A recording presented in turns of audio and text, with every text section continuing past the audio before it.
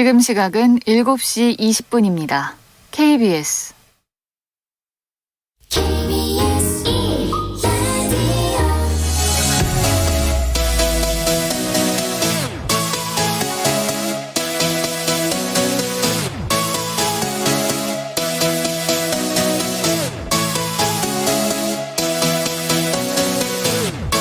KBS 열린 토론.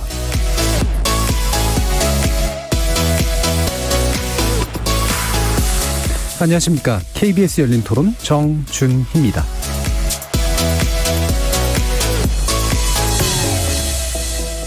이번 주 금요일 KBS 열린 토론은 특정 이슈를 놓고 다각적으로 접근해보는 지적 호기심에 목마른 사람들을 위한 전방위 토크, 줄여서 지목전 토크로 여러분을 만납니다.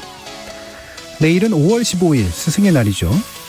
지난해에는 원격 수업으로, 그리고 올해는 또 주말이어서 학생 없는 텅 빈 교실 혹은 각자의 집에서 스승과 제자의 만남 없는 스승의 날이 이어지고 있죠. 사실 학생들이 선생님에게 카네이션을 달아드리면서 감사를 전하는 교실 풍경이 사라진 지는 꽤 이미 오래됐기도 했습니다. 그래서 학교 현장에서는 아예 스승의 날을 폐지하거나 그냥 휴무일로 지정하자는 의견도 적지 않습니다. 2021년 이 시대의 스승의 날이란 어떤 의미를 가질지 전반부 출연자의 픽에서 짚어봅니다. 그리고 후반부 제작진의 픽에서는 어제부터 시행된 전동 킥보드 규제에 대해서 살펴볼 텐데요.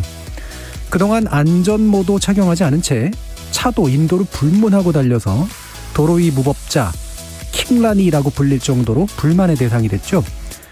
구체적인 규제 내용과 그 실효성 짚어보면서요. 나아가 이런 새로운 이동수단의 등장이 바꿔갈 우리 사회에 대해서 조명해보겠습니다. KBS 열린 토론은 여러분이 주인공입니다. 문자로 참여하실 분은 샵9730 누르시고 의견 남겨주십시오. 단문은 50원, 장문은 100원의 정보 용료가 붙습니다. KBS 모바일 콩, 트위터 계정 KBS 오픈, 그리고 유튜브를 통해서도 무료로 참여하실 수 있습니다. 날카로운 의견과 뜨거운 참여 기다리겠습니다. KBS 열린 토론 지금부터 출발합니다. 살아있습니다. 토론이 살아있습니다. 살아있는 토론, KBS 열린 토론. 토론은 라디오가 진짜입니다. 진짜 토론, KBS 열린 토론.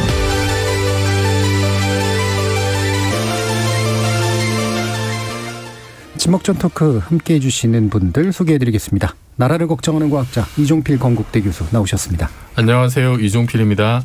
정신의학과 전문의이시자 신경인류학자이시기도 하죠. 박한선 박사 나오셨습니다. 네, 안녕하세요. 박한선입니다. 사랑, 사람, 공감의 소설가 서유미 작가 나오셨습니다. 안녕하세요. 서유미입니다. 규정을 거부하시는 한국 여성 변호사의 손정희 변호사 나오셨습니다. 안녕하세요. 손정희입니다. 이렇게 물리학자, 신경인류학자, 소설가, 법률 전문가까지 각기 다른 전공, 개성, 지식을 가지신 네 분의 출연자와 함께 만들어가는 지적 호기심에 목마른 사람들을 위한 전방위 토크, 줄여서 지목전 토크. 지금부터 출연자의 픽 시작해보겠습니다. KBS 열린 토론. 옛날에 비해서는 요즘 되게 선생님의 권위가 많이 떨어진 것 같고, 근데 코로나 때문에 또 수업을 못하고 선생님이나 교수님 얼굴을 보지 못하다 보니까 스승과 제자라는 관계 자체가 약간 사라진 느낌? 인강 선생님 같이 되고 있으니까. 저희 때는 뭐 시험 보고 나서 뭐 성적 떨어지면 뭐 의뢰 맞았거든요. 지금은 뭐 그런 것도 없고, 이게 보니까 뭐 SNS 이런 쪽으로 막 발달하다 보니까 예전보다는 선생님에 대한 이미지가 그렇게 어렵게 느껴지진 않는 것 같다는 생각을 해요. 선생님과 학생 사이 평등한 입장에서 하는 건 참 좋은데 학생들을 지도하는 입장에서는 너무 힘드시지 않을까. 이런 과정 속에서 더 좋은 방향을 찾아가지 않을까. 권위라는 말은 사제지간에 원래 안 맞는 말이고요. 상호 존중이 돼야죠. 제가 수학을 지금 정말 못했던 학생이었거든요. 고등학교 2학년 때 수학 선생님이 제가 조금이라도 성적이 오르면 거가 너 잘할 수 있잖아. 이렇게 하면 너 잘할 수 있어 하면서 계속 저를 되게 응원을 해주셨고, 저 대학원 졸업을 할 때 지도해주셨던 교수님이 제가 만나본 사람들 중에 어른다우신 분이시고, 학문을 대할 때 많이 품위랄까? 그런 것? 그러니까 인간적으로도 멋있으신 분이셨거든요. 자, 오늘 출연자의 픽 박한선 박사님께서 정해주셨는데 처음으로 골라주신 거잖아요. 네, 그렇습니다. 처음이라서 이런 거 하셨습니까? 아니면 원래 관심이 많으셨습니까? 뭐 마침 내일이 스승의 날인데요. 예. 지금 비대면 상황이라서 저도 교수님 뵙기 어렵고 또 학생들도 계속 이렇게 직접 만나기 어렵고 이럴 때 스승의 날을 다들 어떻게 보내는지 궁금하기도 좀 했고요. 예. 또 그러면서 생각해 보니까 스승 제자라는 말 참 요즘 안 쓰는 것 같습니다. 스승의 날 할 때만 쓰고요. 그 외에는 사극인에서 보는 그런 말인 것 같아가지고요. 과연 현대사회 지금 한국 2021년의 스승, 제자, 사제관계가 과연 어떤 의미인지에 대해서 같이 이야기를 좀 나눠보고 싶었습니다. 예. 자, 여기서 보면 이제 스승 경험, 제자 경험은 다 있으실 텐데, 스승 내지 가르치는 경험들을 다들 가져보셨을 것 같긴 한데요. 가장 뚜렷하게 가져보신 이종필 교수님은 네. 어떠십니까? 저는 사실 뭐 스승의 날하면은 저 이제 고3 때가 생각이 나는데, 네. 그때가 이제 8, 9년 이제 정교조가 막 만들어지고 할 때였어요. 이제 저희 학교에서 한 23분 이렇게 가입하셨다가 이제 예, 예. 3분이 이렇게 그 징계받을 그럴 상황이었는데, 마침 징계위원회가 이제 여름방학 때 열렸어요. 그래서 뭐 동문들 이렇게 막 학교에 항의 시위하러 오셨고, 보충 수업하고 있는 고3 수험생들도 이제 거기 가세를 해가지고 이렇게 항의 시위에 동참을 했었는데, 그 급기야는 이제 교장실까지 이렇게 예. 밀고 들어갔어요. 근데 그때 교장 선생님이 첫 말씀이 이랬어요. 저희를 보고는 자네들 스승이 이렇게 쫓겨난다는 소식을 듣고 이렇게 많이 몰려와 준 걸 보니까 지금까지 우리 학교 교육이 제대로 된 것 같다. 예, 예. 근데 이제 실정법 위반 사항이라 나도 참 어쩔 수 없다는 그런 말씀하시는데, 거기서 뭔가 참 그 당신의 어떤 그 본심도 보이면서 복잡 미묘한 감정도 느껴졌었고, 결국은 그 세 분이 이제 해지게 되셨어요. 그 사실 가장 이렇게 학생들한테 그 인기도 많고 그 신망도 높으셨던 분들이었는데, 특히 이제 고3들은 이제 지낸 시간들이 많았으니까 굉장히 그때 좀 충격과 상처가, 마음의 상처가 상당히 좀 컸었고, 예. 그런데 이제 그분들은 사실 이제 자기 나름의 어떤 대의를 위해서 뭐 교육을 위해서 학생들을 위해서 그렇게 사실 자기 자신을 내던진 거잖아요. 그러니까 그 자체가 굉장히 큰 가르침이었던 것 같아요. 네네. 그러니까 인생을 살아가면서 이제 어떻게 인생을 살아가야 되는지에 대해서도 이제 큰 질문도 던지셨던 것 같고, 다른 어떤 지식의 전달 이런 것보다도 그 어떤 행동 하나, 그 큰 결심 하나, 이런 것들이 지금 뭐 30년이 훨씬 지났는데도 이제 여전히 제 가슴에 이제 남아있어요. 그래서 이제 스승의 길을 간다는 것이, 저도 이제 지금 학생들 가르치고 있습니다만, 그때의 그 고등학교 선생님들 때처럼 좀 그런 길을 가야 되지 않을까. 사실은 그때 이제 23분 가입한 게 부산에서 제일 많이 가입한 숫자였는데, 그해 학력고사 때 저희 학교에서 서울대 입학생을 그 합격생을 제일 많이 냈었거든요. 근데 저희들끼리는 이제 그렇게 얘기를 해요. 이제 우리 학교가 자랑스러운 것이 그 해에 이제 서울대 합격생을 부산에서 가장 많이 배출한 것보다 정교조 가입하신 선생님들이 가장 많은 것 때문이다. 이제 그런 얘기들을 하곤 합니다. 그래서 지금도 이제 저는 이제 그때 그분들의 어떤 큰 가르침을 항상 이제 생각을 하고 있죠. 근데 저는 여전히 좀 아직 모자란 것 같긴 합니다. 이종필 교수님 이렇게 경험 같은 거 말씀하실 때 보면 깜짝 놀래요. 그래요? 네, 왜냐하면 저하고 정말 비슷한 경험을 많이 하셨다라는 그런 생각이 드는데, 비슷한 정말 그 스토리인데요. 그러니까 사표가 되는 그런 선생님들의 모습을 그래도 어렸을 때 본 거잖아요. 그러니까 이게 평생 되게 영향을 주죠. 나도 그래야겠다 이런 생각이 되게 많이 드니까, 아직은 부족하다는 생각이 드시지만 그럼에도 불구하고 인간은 많이 바꿔놓은 이제 그런 경험이었을 것 같은데, 어떻습니까? 서유미 작가님도 가르치시기도 하고, 네. 또 배움도 많이 받으셨고. 네. 저는 학교하고 좀 다르죠. 제가 일하는데 이제 사설 교육기관이니까 사실은 정확하게 제가 하는 수업, 이 강사한테 이제 돈을 지불하고 내가 이 수업을 듣는다라고 하는 약간 거래 관계, 그렇죠. 결제 이런 개념이 사실은 있어요. 그래서 굉장히 클리어하게 수업을 하고 또 우리가 수업이 끝나면 헤어지기도 하는데, 제가 하는 수업은 10대 후반인 분부터 사실 70대 중반인 분들까지 듣거든요. 아무나 들으실 수 있으니까. 근데 가끔 이제 나이가 극진하게 이렇게 드신 분들 중에서 정말로 그 어린 선생을 너무나 정말 그림자도 밟지 않고 선생님 하시면서 극존칭 써가면서 이렇게 같이 수업을. 극진하면 나이 때문이 아니라 나이에 쓰는 말이 아니라 거기에 쓰는 말이. 맞아요. 곡진하게 저한테 해주시는 분들이 있어요. 근데 제가 그럴 때 제가 그렇게 큰 가르침을 주고 있지 않은 것 같은데, 근데 그 배우겠다는 자세를 저한테 보여주시는 것 같아요. 제가 네. 그런 분들한테 사실은 더 많이 어떤 그 소설을 읽는 인간, 소설을 쓰는 인간에 대해서 더 많이 좀 배우게 되고요. 저는 사실 스승의 날에 그렇게 수업 듣는 분들한테 코로나 전에 소소한 선물들을 좀 받았었던 게 있는데, 네. 저는 주로 뭘 많이 받았냐면, 뭐 밑반찬, 뭐 저에게 이제 뭐 선생님 뭐 식사 어떻게 집에서 드세요? 예. 제가 반찬 사 먹어요. 그러면 이렇게 일회용 예. 그런 데다 밑반찬에다 주시는 분도 있었고 게장 담갔다고 갖다 주시는 분들도 와. 있었고, 예, 그래서 그거를 먹었던 기억이, 다른 건 사실 아까도 말씀드렸지만 별로 그런 개념이 별로 없어요. 스승과 예. 제자의 개념은 없는데, 그래서 그렇게 만난 분들한테 제가 또 많이 배우기도 하고 그렇습니다. 되게 좋은 얘기 해주셨네요. 특히 연세가 좀 있으신 분들, 특히 네. 요즘 아이들은 좀 뭐 가르침, 배움의 기회가 너무 많잖아요. 어떤 면에서 보면. 근데 그 배움의 기회가 적으셨던 분들이 그거에 대한 굉장한 충실성이 있으신 것 같아요. 그래서 뭐 이를테면 수영장에서 그 수영 가르쳐주시는 코치분한테도 대하는 방식이나 이런 것들도 굉장히 달라서 그런 경험도 재미있는 얘기 해주셨는데요. 우리 손별한 스님은 어떠십니까? 저는 스승의 날이 오면은 일단은 뭐 추억의 시간, 뭐 반성과 참회의 시간 뭐 이게 섞여서 왔었었는데, 이건 뭐냐면 제가 20대 초반, 중후반, 중반, 후반까지는 정말 기억에 남는 은사들 3분, 4분 정도는 뭐 적어도 메시지를 보낸다거나 인사를 드린다던가 뭔가 가끔 찾아간다던가 연락을 한다던가 그런 행위들을 했었었던 것 같아요. 이렇게 표시를 하는 거죠. 근데 어느 순간 제가 이 선생님들을 잊고 사는 날이 너무 많고, 이제는 제가 금방 방송 전에 이제 선생님들이라는 이름으로 제 목록을 찾아보니까 선생님들이 엄청 많이 계시는데요. 예. 제 은사보다 이제 아이들 학원 선생님, 학교 선생님 이름으로 네, 학부모의 시각으로 바뀐 그래서 거죠. 너 정말 부끄럽다 그런 생각도 오늘 해봤고, 또 이제 학부모가 되다 보니까 이제 나의 선생님이 기억에서 사라지는 좀 아쉬움이 좀 있습니다. 갑자기 또 연락을 하면 나를 기억하실까? 20대 후반이 지나면서 그런 생각이 들었던 것 같아요.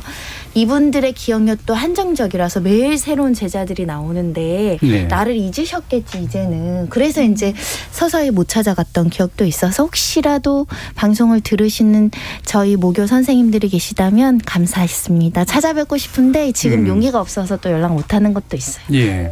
지금 마침 또 그 얘기를 해주셔서 제 라디오 방송 들으시고 예전 은사님이 저희 제작진께 연락하셔가지고 저한테 이 메일이 전달됐던 적도 있었거든요.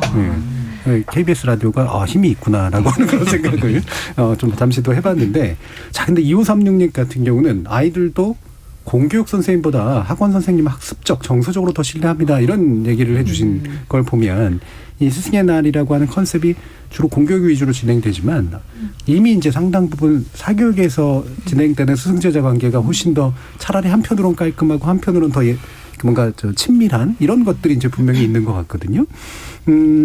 어떠세요? 이런 부분에 대해서 오늘 주제를 제안해 주시면서 이런 스승의 날에 대해서 가지게 되는 여러 가지 이제 다층적인 생각들. 결국 김영란법이 이 스승의 날에 대한 사람들의 이제 시각을 확 바꾸게 만든 계기가 됐던 건 사실입니다. 과거에 스승의 날 하면 이제 선생님한테 의뢰 선물을 해야 된다, 꽃을 드려야 된다. 처음엔 좋은 의미로 시작이 됐겠습니다만 이제 그 경쟁이 시작이 되면서 이게 또 형편이 어려운 집도 분명히 있거든요. 근데 또 그걸 또 아주 일부 선생님들은 또 약간 차별적으로 하시기도 하고, 또 뭐 별로 그렇지 않아도 느끼기에 또 그렇게 느낀 학생들도 좀 있을 거예요. 이제 그런 시대적 경험들이 수십 년 이상 쌓이니까 이 스승의 의미, 우리 한국 사회에서 전통적으로 갖고 있는 스승에 대한 그 아주 높은 가치가 많이 퇴색돼 버린 게 좀 있는 건 분명히 있습니다. 그런데 과연 그렇다면은 이제 결국 이제 스승은 사라지고 지식의 전달자만 남는 게 맞느냐? 그러면 그게 바람직한 방향이냐? 그거에 대해서는 또 저는 동의하지는 않거든요. 모르겠습니다. 스승이 토요일이라서 뭐 다행이다 뭐 이런다는데 주지도 말지도 말자. 그리고 또 받으시는 선생님들 입장에서도 하도 이런 얘기가 많으니까 이게 편하다고 하시는 것 같아요. 괜히 뭐 무슨 꽃 한 송이 받았다가 촌지나 챙기는 스승으로 취급되고 싶은 교사가 누가 있겠습니까? 그렇죠. 그러니까 뭐 물건 주고받지 않고 선물 주고받지 않는 건 좋은데 주고받는 사제지간의 마음까지도 같이 덩달아 사라진 것 같은 게 싶습니다. 예. 지금 유튜브로 칸타나님이 훌륭한 선생님들도 있지만 스승의 탈을 쓰고 있는 수준 이하의 교수들도 많이 있기 때문에 그러면서 뒤에 말을 생략해 주셨네요. 예수라고.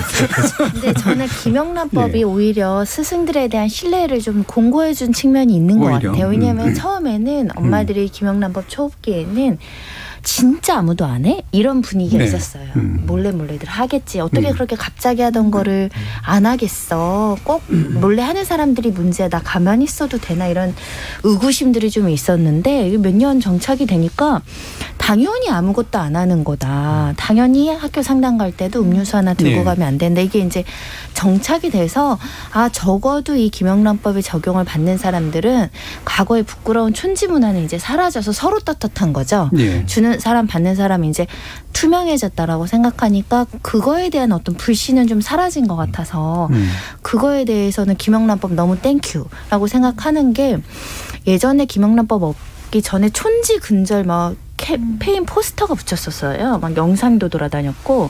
근데 그걸 애들이 보면은 초등학교 저학년 애들은 되게 충격받을 것 같아요. 선생님들이 돈을 받는다 뭐 이런 생각을 하면는데 그게 없어져서 저는 학부모 입장이라서 그런지 너무 좋고요. 학교에 이렇게 편지를 쓰는데 편지도 편지지마다 돈이 다르잖아요. 네. 어떤 건 1,000원짜리, 어떤 건 5,000원짜리 이럴 수 있기 때문에 색종이에 써야 되고요. 봉투를 사면 안 돼요. 봉투도 비싼 봉투, 싼 봉투, 이쁜 봉투 그게 보이잖아요. 네. 그래서 그냥 진짜 그 색종이 있잖아요. 거기에만 편지를 쓰라 그래요. 우리 학교 같은 예. 경우에는. 아이 학교. 네, 그래서 좋다. 이렇게 좋을 수가. 네, 다만 이제 학원 선생님들은 법에 적용을 받지 않기 때문에 그건 엄마들이 좀 고민해요. 예, 세상만주구님이 코로나 시국에 몇 번 본 적 없는 선생님에게 편지 한 장 건네기가 학생 입장에서도 쭈뼛쭈뼛하게 되지 않을까요? 그래도 학생들이 쓴 편지를 받는다면 선생님들도 감동했을 텐데 우리 학생들은 어떻게 할지 궁금하네요라는 말씀에 대한 손 변호사님이 먼저 주신 답이고요. 그러면서 세상만주부님이 유튜브로 김영란법은 정말 좋은 법인 걸로 스승의 날만 보자면 학부모님의 부담을 덜어주게 한 법안인 걸로 생각하신다는 그런 말씀도 또 주셨습니다. 이종필 교수님. 그 이제 아까 저기 이제 뭐 문자에도 그런 내용이 있었는데 사실 그 스승 제자 관계에도 이제 여러 층위가 있잖아요. 네. 그 중에서 제자의 뭐 말하자면 이제 생사여탈권이라고 할 수 있는 그렇죠. 그런 거를 가지고 있는 권한이 있는 분야들도 있어요. 뭐 그럼요. 이제 예. 뭐 예체능도 그렇고 뭐 사실 박사도 뭐 박사 과정과 이제 예. 박사 과정생과 지도 교수의 관계도 예. 사실 또 평생 가는 거잖아요. 예. 그래서 뭐 극히 일부이긴 하겠습니다만 뭐 이제 학위 심사를 받을 때 뭐 이제 네. 뭐 호텔을 빌려야 된다라든지 극히 일부입니다. 이제 그런 논란들이 있었고 저도 사실 박사과정 때 저희 학과는 문화가 이제 물리학이기 때문에 사실은 이게 객관적인 지표들이 이렇게 외국 학술지에 실린 논문으로 사실은 다 좀 객관화되어 있는 편이에요. 그럼에도 이제 여전히 그런 뭐 학위 심사를 할 때 교수님들한테 뭘 해야 되지 않느냐, 지도 교수님한테 뭐 밥이라도 사야 되지 않느냐, 뭐 심사위원분들한테 나중에 끝나고 뭘 대접해야 되지 않느냐라는 얘기들이 계속 이제 나왔던 상황이거든요. 네. 그런데 이게 그제 김영란법이 없을 때죠. 근데 이제 이런 법이 제정되고 나서는 아예 이제 그런 논의 자체가 원천적으로 누군가는 또 할지도 모르겠습니다만 원천적으로 이거는 아예 안 되는 거야 이제 그런 컨센서스가 만들어졌다는 점에서 굉장히 좀 큰 진전이고 그래서 사실은 그러니까 우리 그럼에도 몰래 이렇게 또 인사를 다녀야 뭐 나중에라도 좋은 자리를 얻는다라든지 이런 얘기들이 사실 끊임없이 나옵니다만 그래도 어쨌든 원천적으로는 좀 더 겉으로 드러나는 어떤 그런 뭐 주고받기라든지 이런 게 많이 사라져서 네. 저는 굉장히 투명 사회로 가는데 어쨌든 좀 큰 진전을 이룬 것 같습니다. 예. 실제로 김영란법 처음 도입되고 난 다음에 상당한 혼란들이 좀 있었죠. 저희 코다리님이 수업 안 받고 도망간다고 4층에서 분필 던지는 거 피해 다녔던 기억 생각나네요. 그래도 음료수라도 들고 가고 싶네요 하셨는데 음료수도 된다 안 된다 가지고 논쟁이 있었잖아요. 네네. 사실은 음료수도 안 된 원래는 이렇게 직접 관계는 안 되죠. 일단 현장에서는 안 받습니다. 네. 아무것도 안 받아요. 현장에서는 네. 뭐 상담 갈 때 물, 커피 제가 먹으러 가져오는 것도 오해 소지가 있으니까 두고 오세요. 되게 엄격하게 지켜요. 네. 반찬 받으신 거는 김영란법에 제외되는 거죠. 사설 관계니까. 사설이니까 맞아요. 그 어린이집은 사실 예. 되거든요. 예. 근데 이제 어린이집도 안 받는 어린이집 되게 많아요. 아예 그 보내요. 공문을 그 전에 일주일쯤 전에. 그래서 제가 아는 지인 중에는 선생님을 그래도 뭔가 드리고 싶은데 아이가 글씨도 못 써서 편지도 예. 못 쓰고 그래서 스승의 날에 아이를 그 기관에 보내질 않았어요. 선생님에게 최고의 선물은 한 명이라도 주어주는 것이다. 그래서 저희 그렇게 몇 명 보내지 않았었거든요. 예. 쉬시라고 좀 편하게 예. 일하시라고. 네. 왜냐하면 이제 스승의 날 쉬는 날이 아니니까. 그렇죠. 예. 네. 그래서 휴무일이라든가 이런 논의가 나오는 건 저는 의미가 있다고 생각은 드는데 지금 석수님이 요즘 스승이 있나요? 선생님만 있습니다. 스승은 본받을 만한 사람이고 선생은 가르치는 사람인데 요즘 스승은 없고 선생만 있는 것 같습니다라는 그런 말씀 주셨는데 스승의 날이 어떤 맥락에서 시작됐고 어떻게 바뀌는 게 좋을까? 결국 이게 오늘 얘기에서 상당히 좀 중요한 부분인 것 같은데 박하선 박사님 제안해 주신 바에 따라서 얘기 한번 더 해보죠. 사실 저도 이번에 알게 됐는데요. 예. 스승의 날이라고 하는 게 뭐 아주 역사 깊지는 않습니다. 이게 한 60년 전에요. 뭐 충남 지역의 그 적십자 단원들이 이제 뭐 은사의 날을 정해가지고 시작이 됐다고 하더라고요. 그래서 그러다가 허례허식 없애자. 뭐 이제 이런 움직임이 있어서 또 없어진 적도 있었다고 하고요. 근데 이제 뭐 끔찍한 일이 한 번 있었습니다. 80년대 초반에 교사가 학생을 이제 죽이는 일이 있었고, 그래서 이제 사회적으로 이 교사에 대한 이미지가 너무 실추가 되니까 이래서는 안 된다. 그래서 교권을 회복하자. 이러면서 1982년에 법으로 이거 이제 자생적인 기념일이 아니라 법정 기념일로 스승의 날을 제정했고 그게 지금까지 이어진다고 합니다. 예. 그런데 저는 그래서 스승의 날이 원래 그냥 역사가 좀 깊을 거라고 생각했어요. 무슨 날짜 붙은 건 깊을 리가 없어요. 네, 근데 그렇지는 않더라고요. 그래서 약간 좀 어떤 또 국가에서 통치의 또 수단으로 이런 날을 또 일종의 이제 삼았다고 하는 게 조금 의아하기도 하고 좀 그랬었습니다. 그러니까 저희 윗세대만 해도 스승의 날이라는 거가 없었겠구나 싶기도 하더라고요. 뭐 70년대 대학 다니시거나 뭐 학교 다니신 분들은 5월 15일 날 스승의 날 이런 거 잘 모르셨을 것 같아요. 그러니까 더더욱 스승의 날 우리가 어떻게 해야 되는지에 대한 오랜 정통이 아직 생기기 어려웠던 시기, 이제 그런 시기를 겪어왔던 것 같습니다. 그래서 그게 과대한 촌지로도 이어지고 또 한편으로는 김영란법이라고 하는 음료수 그 캔커피 하나도 안 된다. 사실 그것도 좀 이상한 거거든요. 근데 이제 그런 것도 안 된다라고 하는 거고 이런 식의 이제 극단적인 반응들이 좀 나오는 것 같아서 근데 이런 이야기들이 계속 진행이 되면서 이제 또 바람직한 스승과 제자의 관계라는 게 또 정립될 수 있지 않을까 싶기도 합니다. 예. 예를 들면 이제 외국 같은 경우에 그러니까 뭐 미국인가 그 티처스데이라고 이제 그 미국, 영국 뭐 이런 데서 부르는데 이거는 사실은 직업 명칭이잖아요. 그렇죠? 예. 그러니까 아까 서유미 작가님께서 얘기하셨던 것처럼 또 여기 우리 청취자 여러분들께서 말씀해 주신 것처럼 우리가 스승이라고 부를 때는 그런 이제 직업적 관계나 소비자적 관계하고 좀 다른 종류의 인간관계에 대해서 얘기를 하려고 하는 건데 이게 이제 안 좋은 기억들이라든가 이런 촌지나 뇌물 문제라든가 이런 것도 권력 관계라든가 이런 것하고 묶이면서 그 순수성이 이제 계속 의심받으니까 결국에는 요즘에 계신 선생님들은 그냥 차라리 그냥 교사의 날로 바꾸자. 그리고 그날은 그냥 쉬게 해주자. 정도로 이제 얘기가 나오는 게 지금 세태의 많은 반영인 것 같긴 해요. 어떻게 생각하세요, 선생님? 그 5월 15일이 된 이유가 이제 세종대왕 생일이기 때문에 모든 사람의 존경을 받으라는 의미에서 이렇게 지정을 했다라고 하는데 말씀하신 것처럼 존경받지 못했던 과거의 선례들도 있기 때문에 사람들이 스승의 날 하면은 왜 하필 5월일까? 5월에 어린이날이 있죠. 부모님 챙기셔야 되죠. 스승이 이게 다다다다가 오잖아요.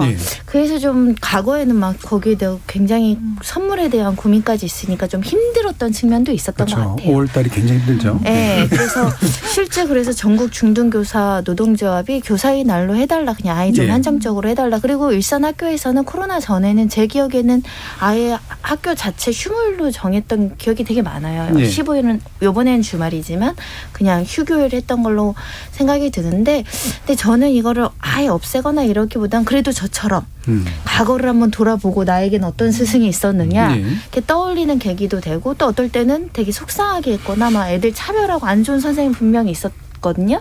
그런 선생님 또 어떻게 사시나 뭐 이런 생각도 들고 그러면 요즘 선생님들과 아이들은 어떨까 뭐 이런 고민도 하게 돼서 약간 필요한 날이기는 하다라는 생각이 드는데 조금 시간이 지나면 그래도 이 김영란법도 정착이 되고 아이들도 사실 강제로 쓰는 편지도 있거든요. 네. 반 전체에서 써오라고 하니까 그렇죠. 싫은데 막 쓰기도 해요.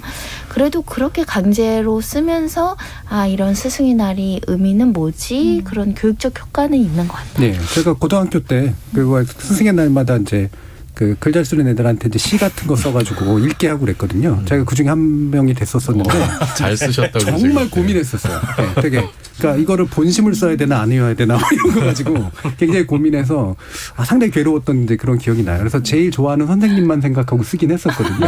이정필 교수님. 그 이제 스승의 날이 이제 5월이면은 그 또 1학기 중에 있으니까 이게 사실은 그 참 이제 그 제자 그러니까 학생을 둔 학부모는 이게 죄인이라는 얘기가 있잖아요.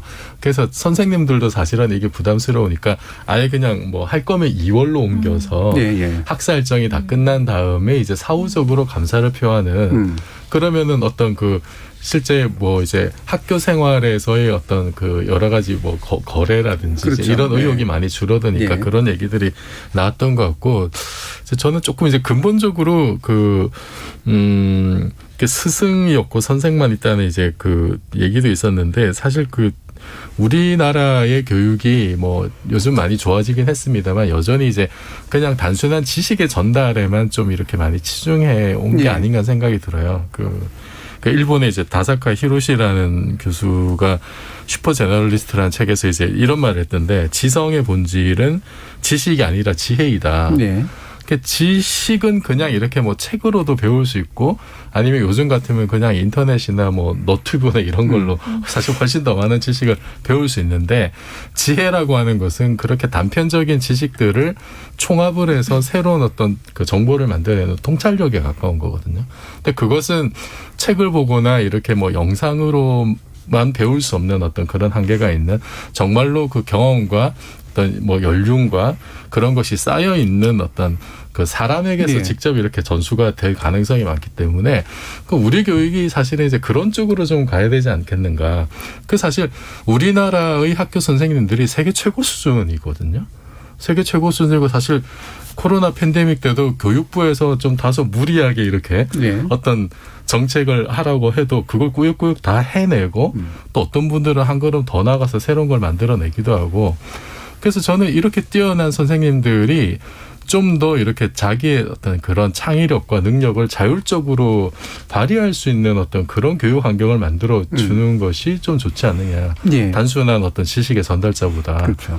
그런 거를 좀 이렇게 앞으로 좀 장기적으로 고민했으면 좋겠어요. 그래서 교육의 목표가 단순한 지식 전달, 이건 뭐 입시하고도 관계가 되겠습니다만 그런 게 아니라 지식의 전달이 아닌 지혜의 공유. 거기서의 어떤 새로운 어떤 사제지간의 관계, 좀 이런 고민도 해야 될 것 같아요. 8588님이 스승의 날이 없던 시절에 학창시내를 보냈던 증인이 나왔습니다. 50대입니다. 그래도 당시 스승을 존경했고 존경을 받은 분 되게 많았습니다. 자, 0042님은 교사란 직업을 안정적인 공무원의 하나로 인식하기 시작하면서 스승도 없어졌습니다라는 그런 또 의견도 주셨는데요. 어떠세요, 박한선 박사님? 그러니까 지금 고민하시면서 사실 이 주제를 가져오신 것 같아요. 답이 있어서 가져오신 게 아니라. 답은 저도 잘 모르겠어요. 그런데 그 예전에는 사실 교사 혹은 이제 더 옛날로 들어가면 훈장님처럼 이렇게 시골에서 이제 아이들을 가르치던 직업이 안정적인 직업이 전혀 아니었어요. 그렇죠. 교사 월급도 예전에 교사 월급 참 적었고요. 훈장님들은 정해진 월급이 있는 것도 아니니 결국 학부형들이 보내주는 고구마도 받고 쌀도 받고 뭐 이거 가지고 먹고 살면서 아이들 가르쳤던 거거든요. 저는 사실 실제로 우리가 가지고 있는 이 훈장의 이미지도 상당 부분 만들어진 게 아닐까라는 그런 전작 같은 게 좀 있어요. 실제로 정말 훈장이 그렇게 많았을까? 드물었죠. 실제로 그 조선시대만 해도 교육의 기회를 받는다거나 건 굉장히 예외적인 경우였거든요. 그래서 주로 이제 부모님한테 배우는 경우가 많았고 전문적인 지식의 전달자인 훈장님이라고 하는 거는 아주 예외적인 사람들만 받을 수 있는 거였습니다. 이게 그 일제시대 이후에도 계속 왔습니다. 이게 제가 얘기 들어보니까 일제시대 때 초기에 초등학교 졸업하는, 그때는 초등학교는 아니었지만 소학교죠. 소학교 졸업하는 경우에 전 인구 0.5%밖에 안 됐던 시절이었다고 하더라고요. 지식을 어디서도 얻을 수 없는 시기에 이 소중한 지식을 전달해주는 교사에 대한 존경심이 생기지 않으면 그게 더 이상한 일이고요. 그런데 시대가 좀 이제 많이 바뀌었잖아요. 지식을 딴 데서 다 구할 수 있으니까. 근데 그 덕분이라고 하면 좀 이상하고 그 여파로 이제 교수님 말씀하셨던 것처럼 지혜의 전달자, 삶의 방식에 대한 전달자로서의 스승의 역할마저 같이 휩쓸려서 사라져버린 것 같은데 그러면 우리가 미래에 대해서 걱정하고 자신의 인생에 어려움이 있을 때 상담할 사람이 유튜버냐? 그건 아니라고 생각을 하거든요. 모르겠습니다. 스승의 날을 둘러싼 논란들은 내 촌지 얘기, 선물 얘기, 그것 때문에 힘들었던 얘기, 또 혹은 조금 폭력적이거나 이런 교사들, 일부 교사들의 이야기들로 다 묻혀져서 이런 식의 조금은 좀 애매하고 조금은 좀 자극적이지 않지만 아주 중요한 부분에 대해서는 오히려 사회적 담론이 잘 형성되지 못하는 것 같아서 아쉬운 생각이 있습니다. 네, 저희 레오신님께서 요즘 학생들은 교사가 자신이 받아야 할 교육 서비스를 제공하는 사람이라고 생각합니다. 애들이 뭘 알겠어요? 부모가 그렇게 가르치는 거죠. 그렇다 보면 교사가 상처받는 일도 많습니다라는 말씀도 주셨는데 아까 이제 거래관계라는 표현도 쓰셨습니다만 오히려 이제 그 부담에서 자유롭기 때문에 해줄 거 제대로 해주고 하지만 그 안에서도 그 이상의 관계가 또 때로는 생기기도 하고 이런 경험을 소혜미 작가님 좀 가지실 수도 있을 것 같아요. 맞아요. 저도 사실 학교 다닐 때 되게 막 그 게으르고 막 하기 싫어하는 그런 학생이었던 것 같은데 사실은 사설 교육기관에 이제 예를 들면 어떠면 정규 교육을 다 마치고 나서 선택해서 오시는 분들은 정말 말 그대로 자기가 하고 싶은 걸 하려고 오시잖아요. 그래서 일단은 정말 배우려고 하는 자세나 이런 것들이 너무 좋으세요. 열심히 하시고. 근데 지금 방금 말씀하셨던 것처럼 저도 결국 뭐 선생이라고 말할 수도 있겠죠. 스승이 아니고 그냥 선생이라고 해도 사실 선생이 제자에게 줄 수 있는 게 진짜 지식이나 기술만은 아니잖아요. 정말 책이나 뭐 영상으로도 충분히 배울 수 있는데 저는 일단 선생이라는 것 자체가 우리 앞에 이제 생을 산 사람이라는 뜻을 봤을 때 정말 나이가 많아서 인생을 산 게 아니라 자기가 배우려고 하는 학문에서 조금 더 일찍 그걸 경험해보고 그거에 대해서 자기보다 조금 더 이제 아픔도 겪어보고, 그렇죠. 기쁨도 느껴보고 이런 이제 지혜를 가진 사람이라고 생각을 해요. 그래서 저는 사실 좋은 선생님은 잘 가르쳐주는 사람은 아니라고 생각하거든요. 그 사람으로 하여금 공부하고 싶게 만드는 뭔가 내가 이 사람 때문에 이 일을 더 즐겁게 하고 싶다, 더 하고 싶다. 아 이거 내가 잘 선택했구나. 이 사람 때문에 내가 숙제도 하고 싶고 배운 걸 더 열심히 익히고 싶다라는 생각이 들게 하는 사람이라서. 그거는 정말 사람만이 줄 수 있는 것 같아요. 사람만이 이 사람이 어떤 상태인지 보고 뭔가 얘기도 해줄 수 있고 같이 나눌 수 있고 해서 저는 사실은 이제 많이 조금 그 위축되거나 많이 뭔가 소원해진 이 스승과 제자의 관계가 사실은 또 어떤 면에서는 뭔가 이제 사람들이 그 다시 이제 뭔가 배움에 대한 것들을 만들어가면서 좀 더 또 좋아질 수 있지 않을까라는 생각도 조금 해요. 실제로 이제 그 이런 지금 4차 혁명, 산업혁명 이런 얘기를 하는 게 그냥 이제 뭐 기계가 모든 걸 대체하는 게 아니라 사실 인간이 해야 될 다른 일들을 이제 만들어 나가는 그런 과정이고 그러려면 사실 인간과 인간이 또 사실 서로 만나서 서로 고민하고 그다음에 자기가 아는 거 전해주고 이런 식의 과정들이 또 대단히 중요하고 이게 평생 이루어져야 될 그런 일들이잖아요. 이종필 교수님도 그렇게 생각을 하실 것 같아요. 네, 분명히 그 인공지능이 할 수 있는 부분이 있고 단순한 지식의 전달에 필요한 부분이 있습니다.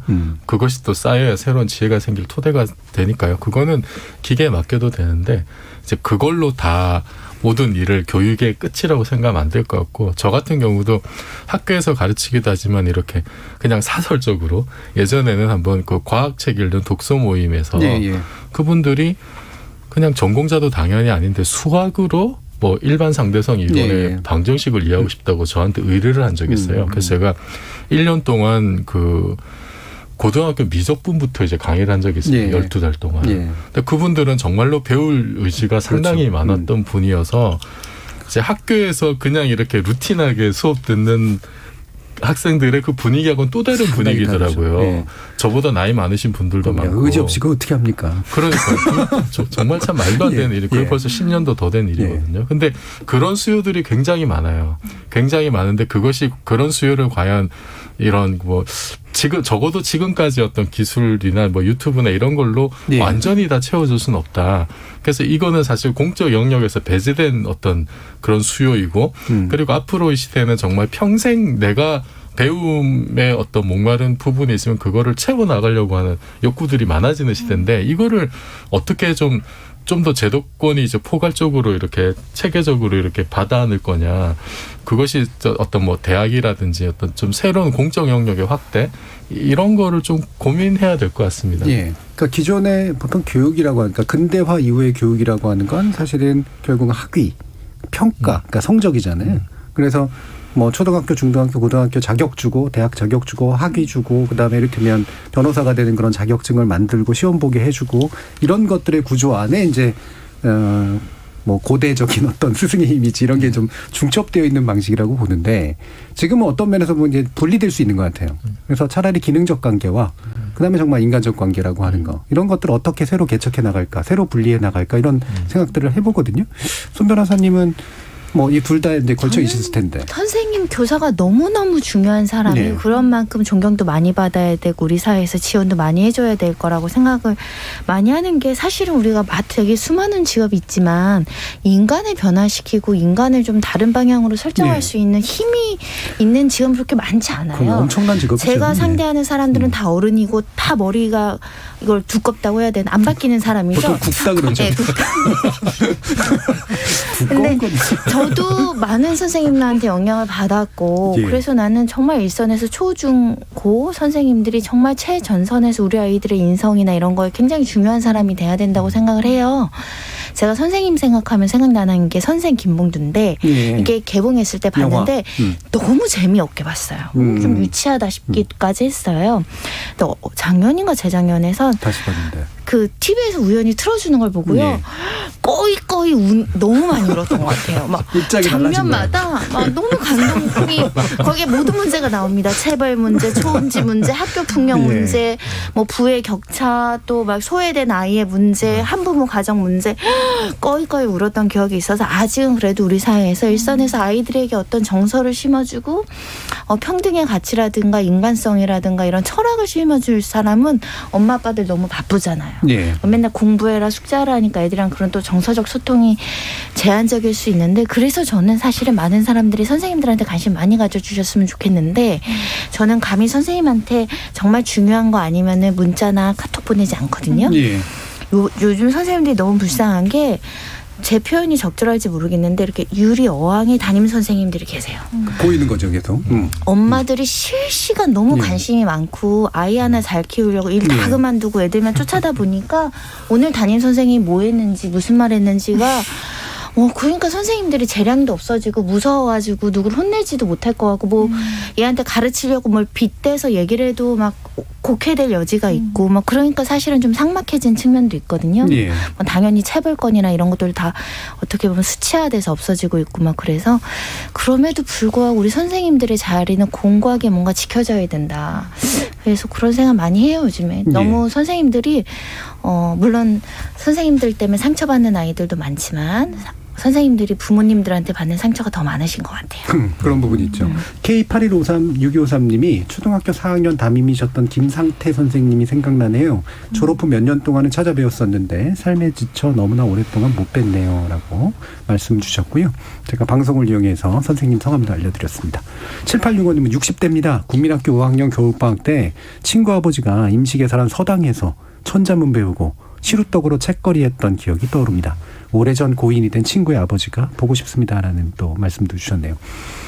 이제 마칠 시간이긴 한데 우리 박한선 박사님 어떤 걸 가르치고 어떤 걸 배우고 싶으세요? 앞으로 가장 힘들 때 부모님도 아니고 친구도 아니고 스승에게 찾아가서 지혜를 구할 때가 꼭 그런 게 필요할 때가 있습니다. 그럴 때 도움을 주시는 분이 스승님입니다. 작년에 코로나 때 그 시간 좀 있나요 지금? 네, 괜찮습니다. 코로나 때 코로나 상황이 벌어지고 나서 이 소아정신과 환자들 중에 상당수가 증상이 확 좋아졌어요.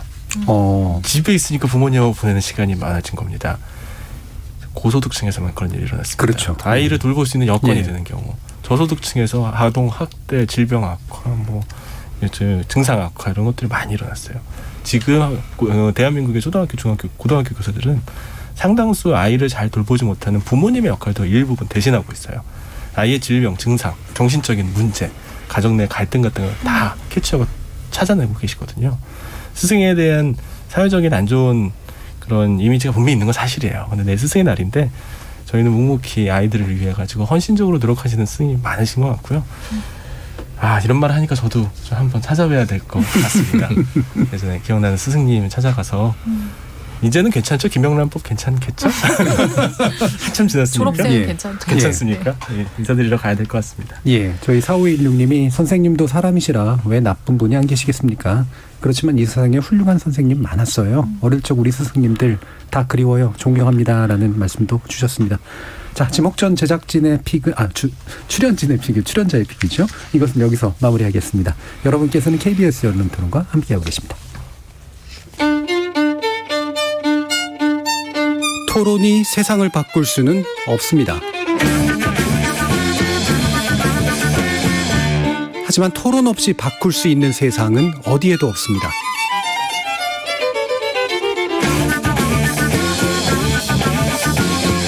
세상의 선한 변화를 갈망하는 당신. 정답이 아니라 질문의 힘을 믿는 당신. 우리 KBS 열린 토론에서 만납시다.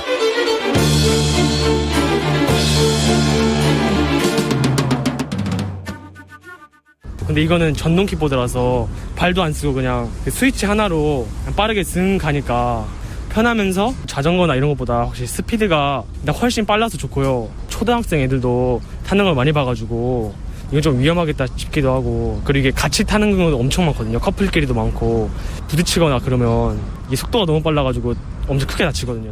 엄격하게 해야 되는 것 같아요. 뭐 여름철에 자전거 같은 거 타면 땀나고 이러는데 확실히 편하게 좀 다닐 수 있었던 것 같고, 단점은 차도랑 인도 구분 없으면 또 사람도 많이 차랑 이렇게 엉켜서 다니니까 헬멧도 쓰고 타면 좋지만 대부분이 안 쓰고 타는 것처럼 킥보드도 지켜지진 않을 것 같고, 어떻게 지키게 할 것인가가 좀 부실하지 않나. 되게 도로에 그냥 막 역주행을 하는 사람들도 몇몇 봤었고, 너무 위험할 정도인데 그 사람들은 그 위험하다고 느끼지 못하고 즐기는 것 같더라고. 오히려 그런 점이 좀 되게 우려스러웠어요. 갑작스러운 사고. 규제요? 그래서 사람들이 규제가 높아졌다는 걸 잘 모르는 것 같아서 아직까지는 좀 더 광고가 홍보나 이런 게 좀 더 많이 사람들이 알려져야 할 필요가 있다고 생각이 들었어요. 지적 호기심에 목마른 사람들을 위한 전방위 토크. 제작진의 픽이 바로 이 킥보드 문제인데요. 신경인류학자 그리고 서울대 인류학과의 박한선 박사님, 그리고 물리학자이신 이종필 건국대 상호교양대 교수님, 그리고 소설가 서유미 작가, 손정희 변호사 네 분과 함께하고 있습니다.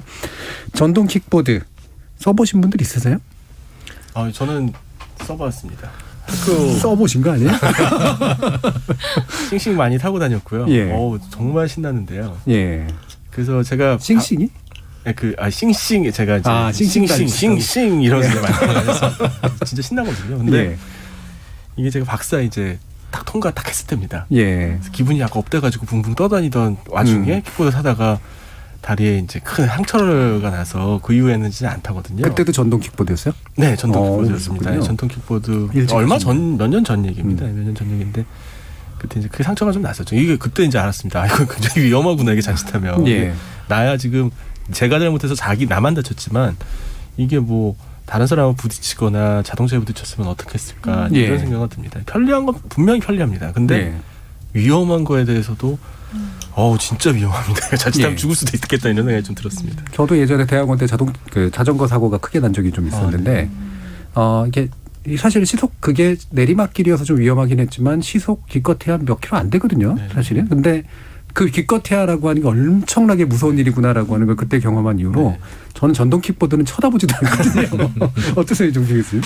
저는 그렇게 막 일단 뭘 타고 다니는 것 자체를 별로 안 좋아해요. 사실. 운전도 사실은 별로 안 좋아하고. 물리학자가 왜 그러세요? 되게 제가 워낙 새가슴이어서 운동량 뭐 이런 거 굉장히 중요한 건데. 네, 이제 그런 거 계산만 하지 직접 경험하고 싶지는 않아요. 과학자는 경험 안 해도 알 수 있는 게 과학자라서 그냥 이제 쳐다보기만 하고 저는 이제 걸어 다니는 걸 되게 이제 좋아하는 편입니다.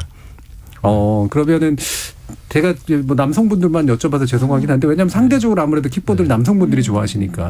근데 한 분은 타고선 심한 이제 트라우마가 생기셨고, 다른 한 분은 원래 싫어하시는 분이에요. 다른 두 분 우리 여성분들은 어떠십니까? 저도 한 번도 못 타봤어요. 예. 근데 이제 우리 집에 계신 남편분께서 술을 먹으러 나갈 때 차를 못 가져가니까 이거 집 앞에 이런 걸 잘 타고 다니더라고요. 위험한데. 그러면 복귀는요? 복귀 때는 탔는지 안 탔는지 저는 확인을 안 했는데 음주 킥보드는 위험합니다. 안 했을 거라고 생각하고 그러면은 되게 즐겁게 막 동네 아빠들끼리 만나자고 하고 뭐 이렇게 타고 어차피 2-3km 있는데 술집 나가시는 거니까 그래서 되게 좋다라고 생각했는데 어느 날 그게 되게 많아져서 아파트 심지어 지하 주차장 입구에도 누가 버리고 간 게 보이고 뒤에도 뭐 보이고 하니까 이게 이제 처음에는 되게 괜찮은데 이러다 지금은 너무 많은데 관리가 안 되는데 뭐 이런 생각이 좀 들었어요. 그 버리고 간 게 실제로 버리고 간 게 아니라 주차를 잘못 시켜놓은 거죠. 그러니까 주차를 그 자리에 할 수가 없는데 굉장히 그냥 던져놓듯이 가는 경우가 가끔 있어요. 그러니까 그게 이제 바로 임대 전동 킥보드를 말씀하시는 거잖아요. 그렇죠. 이게 또 사회적 문제가 실제로 되고 있잖아요. 서유미 작가님은 어떠세요? 저 이제 대학가 근처 살아서 정말 많아요. 근데 저는 사실은 속도를 무서워해가지고 보는 것도 되게 아찔하거든요. 근데 그 3명이서 하나를 남자애들이. 근데 저는 이게 몸무게가 감당이 되는지 너무 걱정이 되더라고요. 셋이서 쪼로록 이렇게 서가지고 다 허리 이렇게 잡고서. 그러니까 마치 초창기 무슨 오토바이 지금은 이제 다 헬멧 잘 쓰고 면허도 따고 하는데 초창기 때 보면 약간 택트라 그러나요? 그걸 애들 쪼로록 앉아서 갔을 때 그런 느낌처럼 그렇게 막 가는 걸 되게 많이 봤었고 인도도 막 달리고 뭐 횡단보도도 타고 당연히 달리고 그리고 아까 이제 그 버리고 갔다고 하셨는데 저는 이제 너무 많아요. 저희 동네는 그 버리고 가는 그래서 아침에 이제 아이 학교 데려다 줄 때 제가 맨날 취객들 같아요. 얘네가 취객들처럼 여기저기 다 누워 있어요. 이렇게 아이들이 그 아이들 학교 가는 길에 다 누워 있어요. 제가 어머 이거 뭐냐 그래서 여기서 자는 거라고 제가 막 말하면서 이제 지나가는데 보니까는 사실 주차하면 안 되는 데가 다 정해져 있는데 사실 거의 그런 데서 많이 봤던 것 같아요. 네. 그러니까 그게 이제 지금 오늘 말씀하신 게 이제 결국 새로운 모빌리티라고 부르는 이동형 수단에서 굉장히 좀 유력하게 늘고 있는 게 바로 이 킥보드인 건 맞고 또 그러다 보니까는 이걸 쓰는 사람들도 늘고 공유형 킥보드가 늘면서 이렇게 지저분해지기도 하고 근데 결국 중요한 거는 핵심은 사고잖아요. 사고 건수 굉장히 늘고 있다고 들었는데요. 경찰 통계를 말씀드리면 이 개인형 이동장치라고 하잖아요.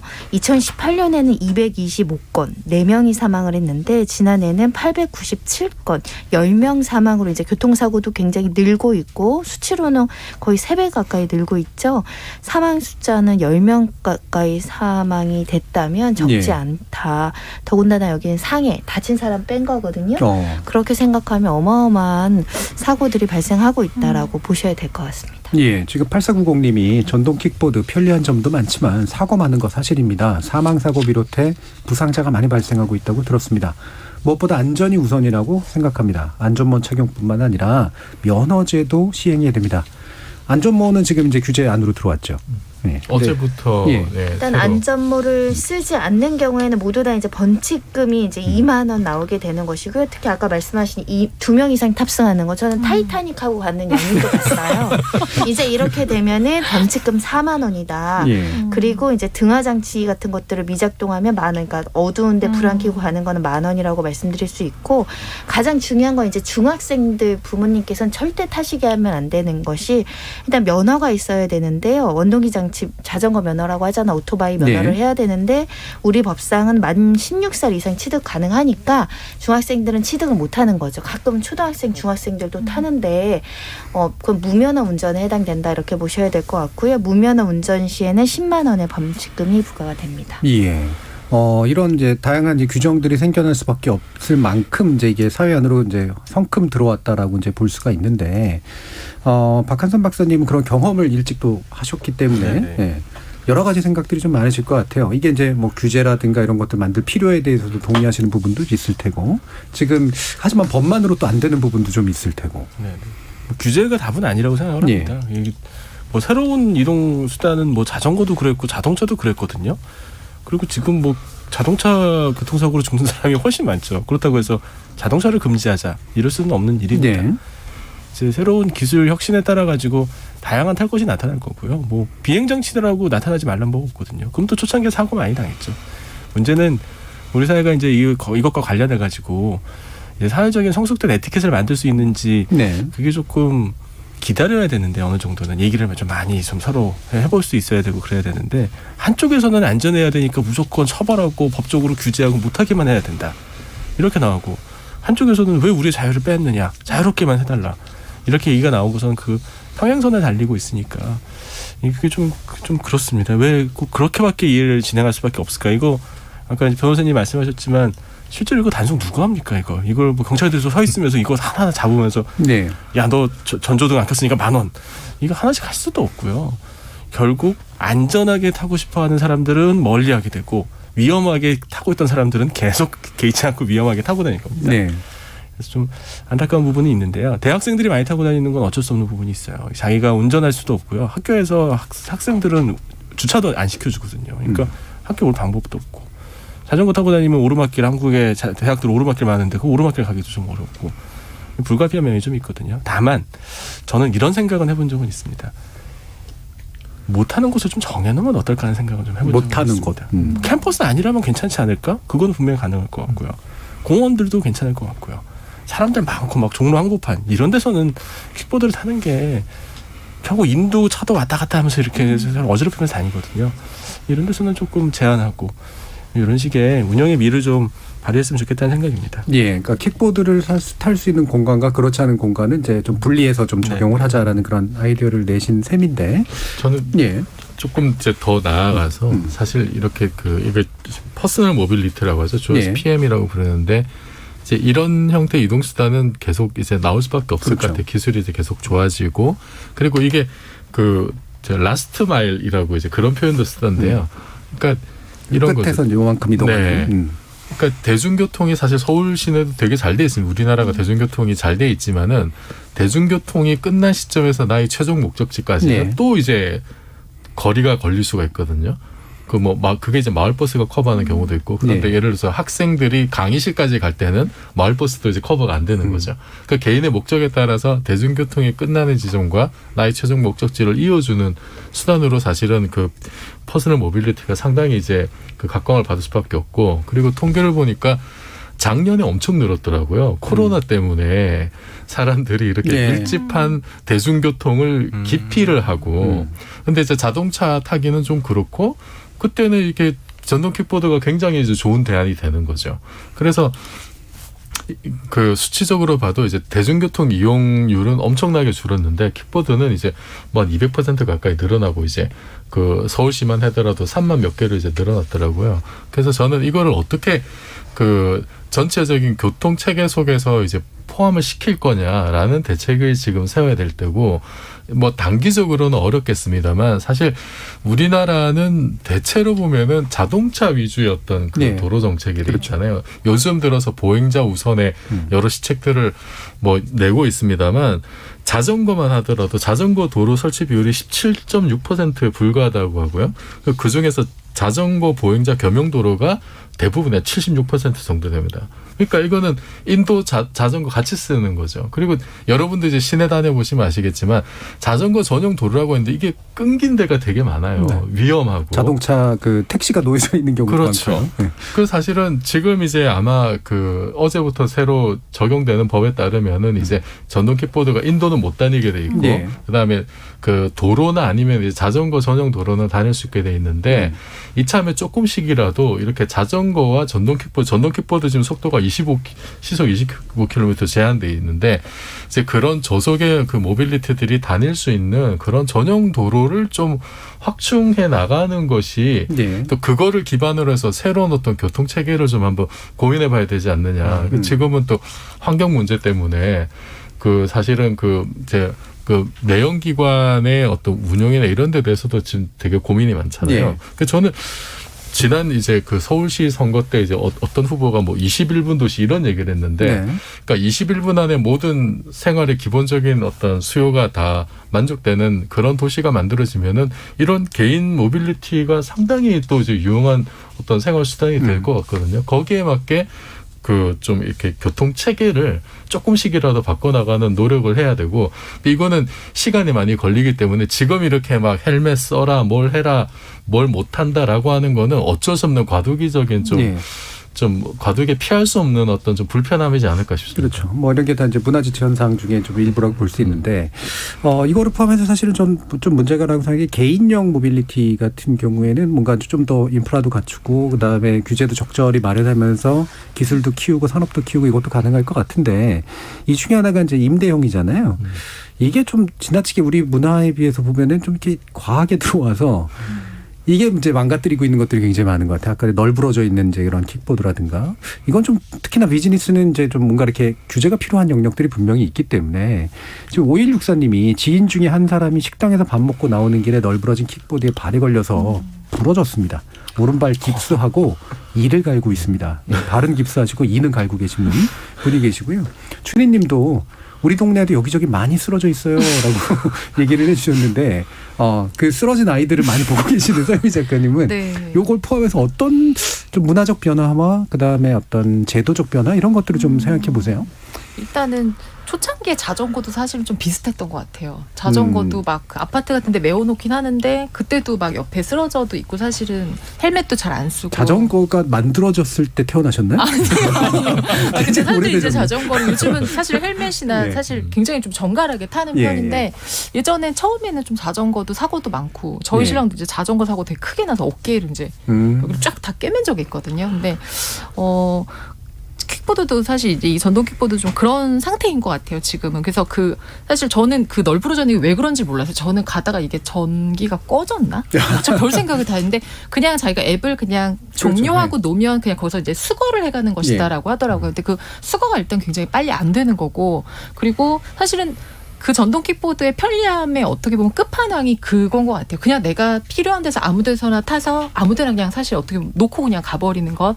근데 그거의 편리함을 계속 좀 유지할 수 있으려면 약간의 시민의식은 필요할 것 같아요. 시민의식뿐만 아니라 사실 그걸 그걸로 돈 버는 사람의 책임이죠, 네, 사실은. 그러니까 쓰는 사람들이 이렇게 편리한 걸 쓸 수 있게끔 그러면 이제 업체들이 훨씬 더 좀 애를 써야 될 것 같고, 그다음에 헬멧도 사실은 개인의 만약에 전동 킥보드를 쓰는 분들이라면 아마도 개인 헬멧을 할 것 같아요. 근데 이 공유 킥보드가 아무래도 헬멧이, 왜냐하면 이분들 뭐 지하철 타고 버스 내려서 아마 그 잠깐 10분 15분 출퇴근 때 이제 가장 많이 사용을 하시는 것 같은데, 그때 이분들이 그 헬멧을 잠깐 내가 쓰기 위해서 가지고 올 수 있는가라고 하는 부분들은 분명히 이루어지지 않을 것 같거든요. 그러면 결국 킥보드 업체가 이제 공유 헬멧에 대한 고민을 해야 되는데, 사실 코로나 시대에 공유 헬멧을 한다라는 것도 좀 어려울 것 같긴 하고, 그래서 조금 더 많은 논의와 그리고 좀 더 많은 이제 아까도 시민분들이 사실 잘 모르고 있다라고 하시는 분들이 많은데, 킥보드를 뭐 많이 놓는 자리에 예를 들면 그런 것들을 좀 이렇게 붙여놓는다든가, 뭐는 안 된다, 뭐는 해라.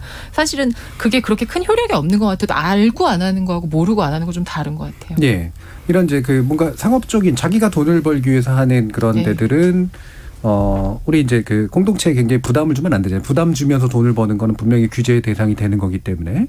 그래서 4차 산업혁명위원회가 대통령 직속으로 있는 이 공유 전동 킥보드 주차해서는 안 되는 14개의 구역이 설정을 했다고 하는데, 저도 이거 보면서 처음 알았거든요. 네. 그리고 설정만 하고서는 뭐 지킬 강제성이 없어서 그런 건가? 뭐 이런 생각도 좀 들고, 뭐 이런 이제 규제가 지금 이제 막 만들어지고 있어서 그런 거겠죠, 아무래도? 일단은 안 되는 곳은 보도 중앙, 횡단보도, 이제 산책로, 이제 블록, 엘리베이터 입구, 정류장 같은 곳, 보행자 진출입로, 이렇게 식당 아까 엎어지신 분 그런 진출입로는 안 되는 거고요. 턱을 낮춘 진출입로라든가 소방시설, 육교 위에, 지하보도차 안에, 이게 다 널브러져 있는 술 취한 아이들 아까 있다고 말씀하신 대표적인 곳들 같은데, 뭐 다리 위에도 두고 가시는 분들이 있나 봐요. 이런 곳에서는 이제 하면 안 된다라는 것이고요. 사고 발생 우려가 큰 견인구역을 만들겠다. 여기에 주차하면 즉시 견인 조치를 하고, 특히 방치됐다라고 민원이 접수되면 유예 시간을 3시간 부여하고 3시간 동안 안 가져가면 견인을 하겠다. 이런 대책이 나오고 있는 것이고요. 민원 신고 채널을 확대하고 이거 민원을 공유하겠다, 지자체와. 그리고 이 거치 시설을 설치해서 자전거 도로대처럼 해서 이 비용은 이 공유 사업자에게 부과하도록 하겠다라고 이제 대책들은 나오고 있는데, 그런 고민이 들 것 같아요. 그러면 비용이 비싸지잖아요. 그럼요. 지금도 그렇게 싸지 않더라고요.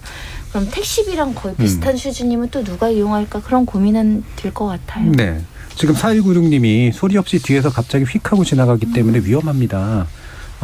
센서 부착을 의무화해서 전방 물체 확인이 될 때 경보음을 내거나 자동으로 속도를 줄이는 기술을 킥보드나 자전거에 장착할 필요가 있을 것 같습니다라는 얘기도 주셨고요. 김광욱님은 전동 킥보드 사용법 시속 25km 준수하고 자전거 전용 도로를 안전하게 다니면 공해 방지하고 좋은 점도 있겠네요. 넘어져서 안 좋은 점도 있네요. 서로 조심하고 안전하게 해야죠라는 그런 말씀도 의식의 흐름에 따라서 이렇게 해주셨는데 지금 이게 이제 결국은 속도 제한 장치도 있는데 이거 개인이 깰 수도 있고 그다음에 심지어는 사실 더 위험한 거는 이게 네트워크로 연결됐을 때 해킹 위험도 있다라고 하는 거고 이거잖아요. 어떻게 생각하세요? 저도 이제 잠깐 검색해 보니까 속도 해킹하는 방법이 너무 쉽게 나오더라고요. 너무 쉽게. 그래서 이 지금 안전을 어떻게 강화할 것인지에 대해서 뭐 온갖 기술도 뭐 충격 센서나 뭐 통신 모듈이나 뭐 컨트롤러, 뭐 카메라, 뭐 이런 블랙박스 얘기도 이제 있고 이런 거를 지금 이제 도입을 하려고 하는데 이게 아직 이제 말하자면 좀 성숙되지 않은 어떤 산업인 것 같고, 근데 우리가 안전에 대해서 그 부담을 좀 이렇게 그 높이는 쪽으로 가면은 그거를 낮추기 위해서라도 이런 기술들이 좀 많이 그 보편화되지 않을까 하는 생각이 들고요. 저는 그 이제 공유 킥보드의 이제 주차 문제, 그것 때문에 지자체 민원도 굉장히 많아진다는데 이거 보면서 어떤 상황이 떠올랐냐면 이제 대형 마트 가면은 카트 있잖아요. 쇼핑 카트를 예전에는 동전 놓고 이렇게 그 해야 뺐다가 다시 넣었다가 100원이나 뭐 이렇게 해야 이제 지정된 곳에 이제 그 정렬을 시키는 건데 그거를 안 했을 때 내가 손해 보는 게 한 100원, 200원 정도였단 말이에요. 근데 지금은 요즘은 또 그런 걸 잘 안 해요. 그냥 소비자들이 그냥 알아서 그냥 그 정해진 위치에 갖다 놓게 하는데 일부 사람들은 여전히 이제 엉뚱한 데 놓기도 하고 집까지 가져오기도 하고 그래서 만약에 이게 지금 공유 킥보드 같은 경우도 업체에서 지정된 어떤 그 위치에다가 이렇게 갖다 놓으라 하더라도 그냥 그 사용자가 그냥 가다가 바쁘다고 길에 버리고 갔을 때 어차피 이제 업체는 그거를 뭐 수거해 가긴 하겠습니다만 그래서 그거를 일정 부분은 그 사용자의 그 어떤 좀 정해지지 않은 규칙을 이제 지키지 않는 사용자에게도 이제 부담을 좀 지우는 식으로 가야 되지 않을까 생각도 얼핏 듭니다. 네, 박한선 박사님 그럼 저도 이런 동의합니다. 그 사실 자동차 사고가 자동차 처음 도입됐을 때 굉장히 많이 났었어요. 근데 이 자동차 번호판을 붙이고 등록을 하게 만들면서 그런 부분이 많이 해결이 좀 됐거든요. 그 공유된 어떤 자원을 활용해서 사용하는 공유 경제가 가지고 있는 문제는 이게 경제적으로 이득인 것 같지만 사실 알고 보면 눈에 보이지 않는 자원들을 이용해서 얹혀서 하기 때문에 이게 가능한 일입니다. 따라서 이거를 통제하고 규제해야 된다는 이제 목소리가 커질 수밖에 없는데 중앙의 어떤 통제자가 이걸 하나하나 컨트롤하기 시작하면 비용이 너무 많이 들고 킥보드는 타지도 않는 사람들이 결국 세금으로 그걸 부담하게 되는 문제가 생깁니다. 저는 킥보드를 이용하는 사람이 그거에 대해서 책임을 질 수 있는 제도를 만들면 된다고 생각하거든요. 말씀하셨던 것처럼 면허증을 만들던 아니면 누가 언제 무슨 일을 탔는데 그걸 버리고 갔던 사고가 났던 사람을 다치게 했으면 그 사람이 책임을 지는 겁니다. 그 책임 소재만 명확해지면 헬멧을 쓰고 안 쓰고는 개인이 선택할 문제라고 생각하고요. 헬멧을 쓰면 책임을 경감시켜주고 보험을 해준다든지 헬멧을 안 썼다면 개인의 책임을 더 묻는다든지 하는 방식으로 접근을 해야지 경찰에 앉아가지고 헬멧 안 쓰고 다니면은 갑자기 단속하겠습니다 이러고선 복지세금 내고 이런 방식으로 해결될 부분은 아닐 것 같다. 그러니까 결국 우리가 자동차 이제 사고가 나는데 적용하고 있는 일반적인 그런 원칙들을 이런 데 좀 적용을 한다면 안전하게 타고 싶은 사람은 늘 안전하게 탈 수 있고 그걸 지키지 못하겠다는 사람들은 그거에 대한 또 대가도 뭐 좀 치러야 되고 이런 방식으로 접근하는 게 좋지 않을까 싶습니다. 조성우님께서 규정을 잘 지키면 요금을 할인해주고 안 지키면 요금을 인상하면 잘 지킬 것 같아요. 사람은 돈에 약하잖아요. 하하 해주셨는데 하하를 왜 붙이셨을까 생각해보면 실제로 약하신 분이 아마 해주시지 않았을까 이런 생각도 좀 들긴 하는데 아까 그 보험 얘기도 나와서 보험도 사실은 제도화에 굉장히 중요한 징표잖아요. 근데 아직까지 일부 보험 업체에서 일부 브랜드와 뭐 단체에 가입을 한다. 그리고 일부 이제 개인의 어떤 실비라든가 자동차 보험으로 일부가 커버되는 경우가 있다고 하지만 전반적으로는 굉장히 보험의 혜택을 아직까지는 많이 받지 못한다고 보시면 될 것 같고 일부 상품이 나왔다고는 하는데 대부분 이제 내가 다쳤을 때 이제 뭐 예를 들면 자차 보험처럼 이 킥보드가 다쳤거나 또는 킥보드로 상대방 굉장히 고가의 차량을 칠 수도 있는 거거든요. 그런 경우까지 배상이 안 되는 경우들이 굉장히 많아서 사실 큰 보험 사고가 나면 이쪽이 자력이 없는 학생이었을 경우에 네, 상대방이 가지는 그럼요. 부담이 굉장히 커지는 상황이에요. 연구들은 많이 되고 있다는데 대형 보험사에서 이걸 안 만드는 건 아직 수익이 안 나오는 거죠. 그렇겠죠. 이걸 또 주로 타는 계층들이 늘상 이걸 타는 게 아니라서 또 그런 부분이 현실적으로 존재해서 아직까지는 굉장히 조심해야 된다. 그리고 보험도 대부분 가입이 안 돼 있는 것들이 많다라고 말씀드릴 수 있죠. 예. 그럼 서유미 작가님은 직접 타시지는 않을 것 같고 앞으로도 네. 제가 볼 때는 예. 뭐 주변 분들이 타시거나 네. 또는 이제 뭐 좀 더 어린 친구들이 타는 거나 이런 거를 보시면서 어떤 얘기를 좀 해주시고 싶어요?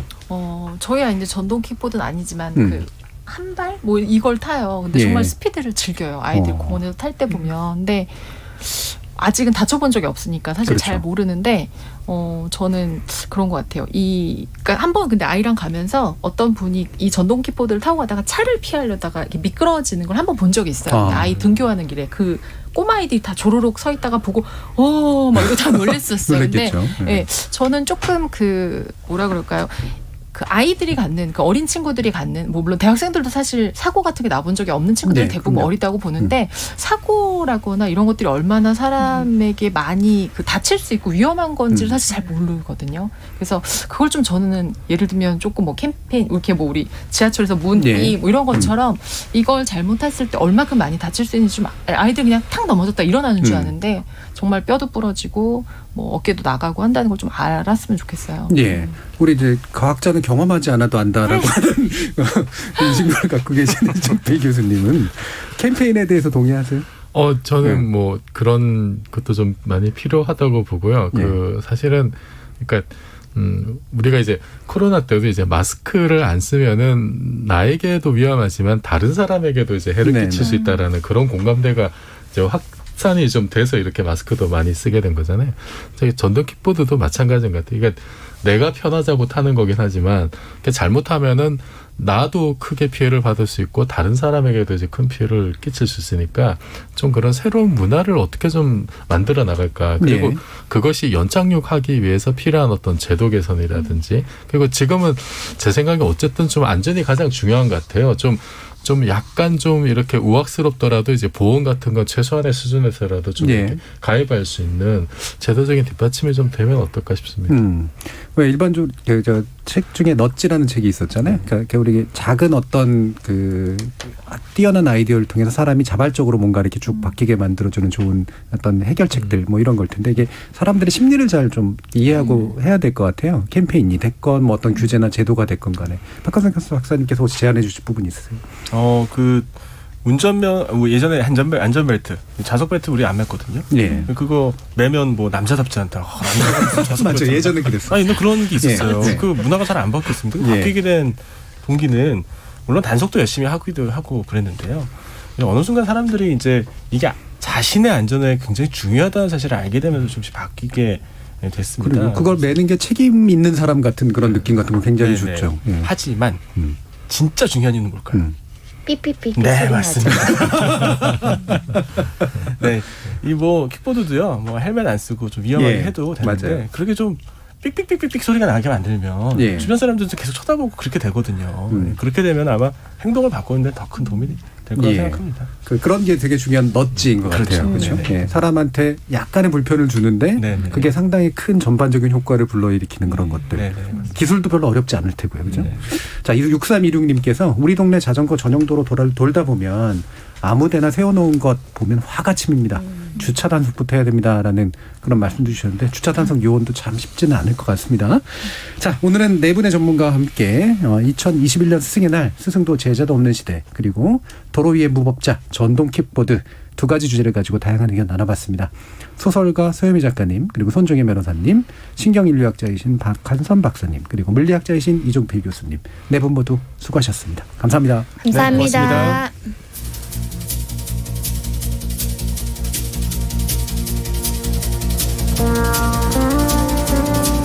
부모, 자식, 형제, 자매, 부부, 연인, 친구. 우리 인간이라는 존재를 규정하는 가장 원초적이고 일차적인 관계를 표현하는 말들이죠. 저는 여기에 스승과 제자를 추가하고 싶은데요. 우리는 모두 독립을 지향하는 존재지만 그러기 위해서는 먼저 배우고 또 성장해야 되는 우리 인간이 또 반드시 거쳐가야 할 관계이기 때문입니다. 길들인다는 건 관계를 맺는다는 뜻이에요. 당신이 나를 길들이면 우리는 서로에게 필요한 존재가 되죠. 당신은 나에게 이 세상에 단 하나밖에 없는 유일한 존재가 될 것이고 나 역시 당신에게 이 세상에 하나밖에 없는 여우가 될 겁니다. 어린 왕자에 나오는 말입니다. 스승과 제자 관계가 지나치게 이상화될 필요는 없지만 그렇다고 해서 지식을 사고 파는 관계로만 격화될 이유도 없습니다. 배우며 가르치며 함께 성장해지는 그 독특한 경험을 누구나 갖고 누리시길 바라봅니다. 저는 다음 주 월요일 저녁 7시 20분에 다시 찾아뵙죠. 지금까지 KBS 열린 토론 정준이었습니다.